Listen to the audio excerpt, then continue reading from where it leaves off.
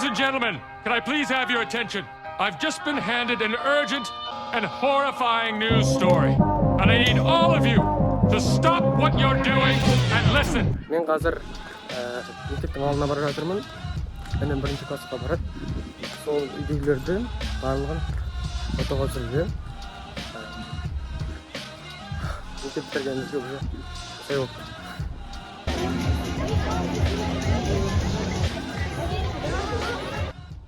Ассалаумағалейкум. Қалайсыздар? Жақсысыздар ма? Амансыздар ма? Кішкене досым біртүрлі болып тұр. ОБТ жайлы соңғы видеоң 11 ай бұрын шықты, примерно бір жыл.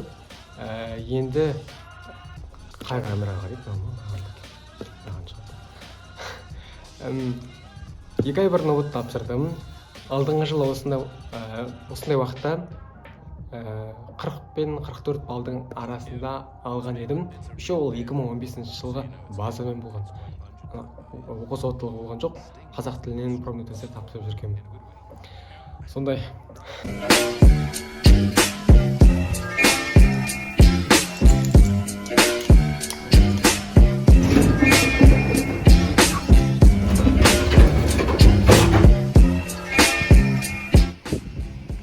Ары қарай өздеріңіз білесіздер. Мен негізі алдыңғы жылы сентябрьде басында дәжетті география таңдадым. Өзім шешім, мамандық бойынша дайындаламын деп. Содан кейін шығармашылық болды, содан кейін физмат болды, содан кейін сол видео шықты. Стадия видео, еще на стадия видео дегенде де бір қыздардың видеолары жақсы. Музыкалары да дұрыс келіспейді, вообще қалай істеген жауабым сол видеоны көрсем. Ең жалпы саған берген, бірақ просмотр көп жиналған екен, көбіне ұнаған екен. Сондықтан сақтап қойдым. Содан кейін мен 25-ші хайскулға көштім. Жасын мектепке. Қазір мен Жұбановқа барамын. Бірінші курстар үшін арнайы шаралар болмақ бүгін сағат 5-те. Жаңа ғана 48 өтіп кетті. Негізі видео түсірген жатқан. Осы сөз айту үшін осының 48 барып қалдым да жүгірдім. Үлгере алмай қалдым. Енді күтемін.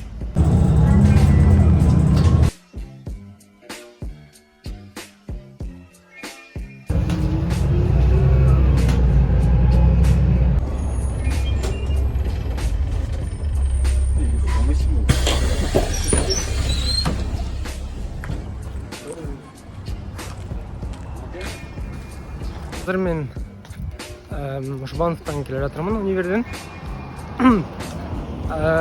Жақсы өтті. Өте жақсы өтті, күшті өтті. Басында негізі түсірім керек еді. Басында түсірім бергесін уже ары қарай квест болды. Бірақ та ұмытпадым. Сосын кино болды. Клубтармен таныстырды. Универ күшті, жақсы екен. Сосын группаластарымызбен сөйлестік. Сол кездері мен биохимия көштім. Биохим сыныбында оқыдым. 2 апта оқыдым. Содан кейін барып қайтып физматқа көштім. Өзімнің мамандық таңдауым ең қиын нәрсе болды. Содан кейін ең нағыз ОБТ-ға дайындықты бастаған кезім ноябрь айында болды. Ноябрь айында. Одан бұрын мен бір 1000 теңгенің мат сауаттылық курсына қатысқан болатын ше. Орынбасар ағай деген ба. Сол кезде мат сауаттылықтан примерно 5-6 балл жинайтынмын. Содан кейін ол кісінің 1 айлық видео сабағы болды. Бір онлайн сабағы сөйлеп бастаған. Одан кейін мен 13, 14, 15 жинадым. 1000 теңгенің курсы. Сосын сол кездерде менің көзіме кішкене не істеп жүрдім. Очки қарап жүрдім өзіме. Көзге лечение жасап жүрдім. Сондықтан да видеолар көп болмай қалды. Одан кейін қаңтар ОБТ-сында 76 балл алдым. Вот сол кездерде менің нағыз дайындықтың нағыз қызу кезеңдері болды. Менің сыныбым 11-ші Ж сыныбы болды. Жұбановқа келдім. Экскурсия ма сондай бір нәрсе болады екен тағы да.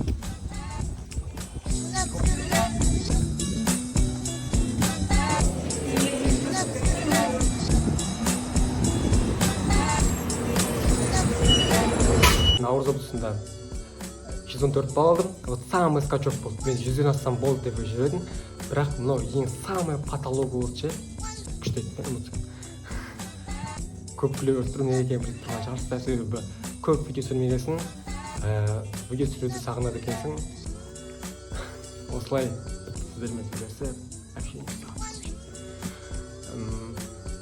104 балл ең скачок болды. Содан кейін тағы да оқи бердім, оқыдық. Соның осы оқу барысында мен тағы да бір қатысқан курстарының бірі, онлайн қатысқан курстарының бірі ОБТ академиясы болды.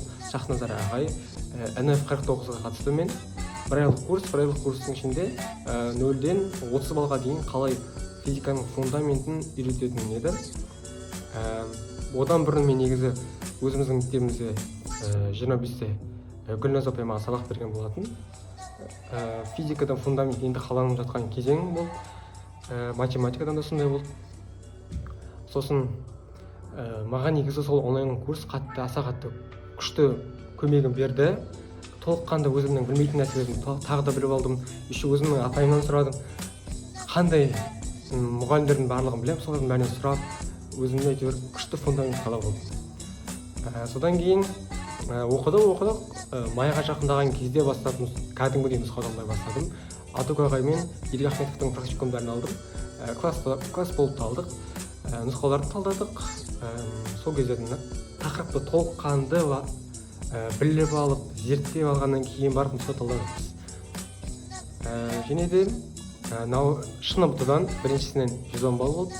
Екіншісінен 15 күннен кейін болды, 120 балл болды.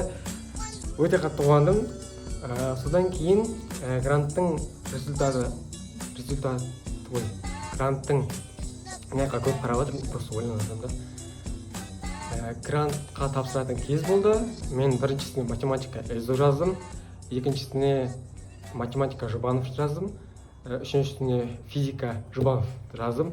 Негізі үшіншісіне мен ойлап отырмын ше. Үшіншісіне не жазатынын ойлаған жоқпын.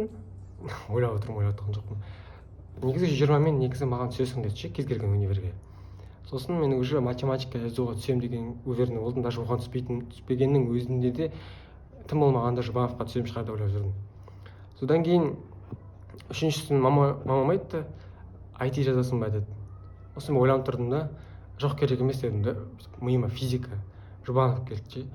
Айта салдым дегенде ойланып тұрдым, сол келді, давай осыны жазайыншы дедім да, физика Жұбановты жаздым, сосын төртіншісіне математика, статистика ЭЗУ жаздым. Жауабы шықты, мен видеоға түсірдім, андай реакция дейді ғой. Жұбановқа түстім, физика пәні мұғаліміне. Басында настроение болмады негізше. Көңіл күйім түсіп кетті, аса қатты онша болған жоқ. Содан кейін үйдегілерім бәрі қуанды негізше. Үйдегілерім бәрі қуанды, достарымның бәрі құттықтады. Сосын үйдегілерім де айтты, әр нәрсенің хайыры бар. Мүмкін бізге ұнаған нәрсе, бізге жаман нәрсе болуы мүмкін, ал біздің жақсы көрмейтін нәрселеріміз бізге жақсы болуы мүмкін. Сондықтан да осыған сол Жұбановқа физика пәніне түстім. Мамандығына пет. Кеше универге бардық. Ориентационный деген сияқты болды. Барлығын таныстырды. Қазір мен бір нәрсе айтқым келіп тұр.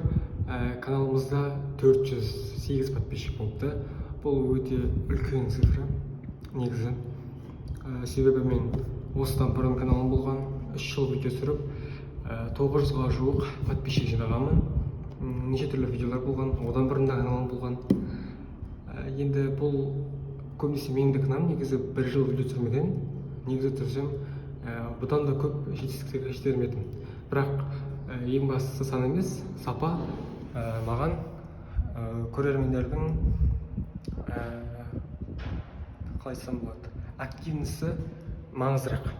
Тек қана саннан гөрі. Сондықтан да бірақ бұл үлкен цифра. Көп рахмет. Осы видеоны қалай аяқтарымды білмедім. Енді осылай аяқтайын деген шешімге келдім. Бүгін үші. Қазір мен далада кітап оқып отырмын. Енді тағы да осы видеоның соңын айтқым келетіні, сіздерге көп рахмет. Өздеріңіздің уақыттарыңызды бөліп, менің видеомды қарап отырсыздар. Көп рахмет. 400 подписчик бұл мен үшін өте керемет сан. Бірақ та ең маңыздысы сіздердің айтқанымдай активный болғандарыңыз, комментарий жазғандарыңыздың барлығы маған өте маңызды. Сондықтан да сіздердің уақыттарыңызды бөлгендеріңіз үшін алдағы уақытта өзімнің фильтрімнен өткен, өзім жасап көрген пайдалы ақпараттарды сіздермен барынша бөлісуге тырысамын. Көп рахмет айтудан шаршамаймын. Сол қазір отырмын. Енді жаңа сапаны көріп отқан шығарсыздар видеодан. Бұйырса барлығы жақсаратын болады. Бұйырса 2 күннен кейін сабақ болады бізде универде. Соның барлығын сіздермен бірге көрсетіп бөлісетін боламын. Видео енді кішкене мәліметтер жетпей қалса айып етпеңіздер. Бұдан бұрын да түсіргенмін негізі видеоны, бірақ ол жерге кішкене материалдар жетпей қалған. Сол үшін салған жоқпын. Сол, келесі кездескенше сау саламатта болыңыздар. Аман бол, сау бол. Аяқта Yılan ekmek var, şimdi oldu.